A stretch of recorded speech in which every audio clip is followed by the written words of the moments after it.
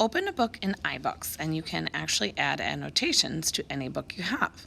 What you're going to need to do is be able to see the A at the top and the little magnifying glass.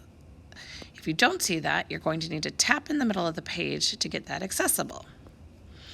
So again, this is a view without it, and tapping it gets it back. So I'm going to look for something that I'm interested in and select it.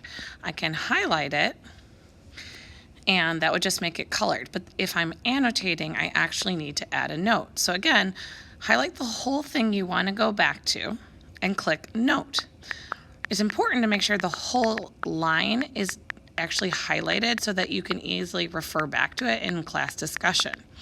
So again, a note is where you are going to write the annotation. So it doesn't call it an annotation, but it's the same function.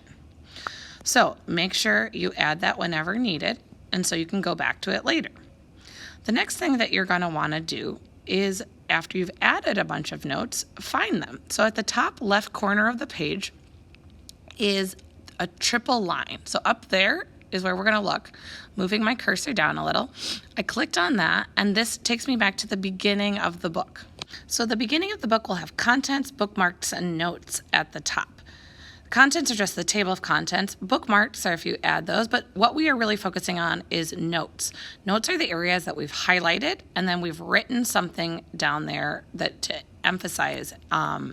Be careful, because if you slide to the side, you'll notice I was showing you how it could come up with deleting. You don't want to delete those on accident. Go to the share arrow at the top left corner, click on Edit Notes, then select All. This will allow you to then click Share. You can then email all of these to yourself or to someone else if you need to share your annotations.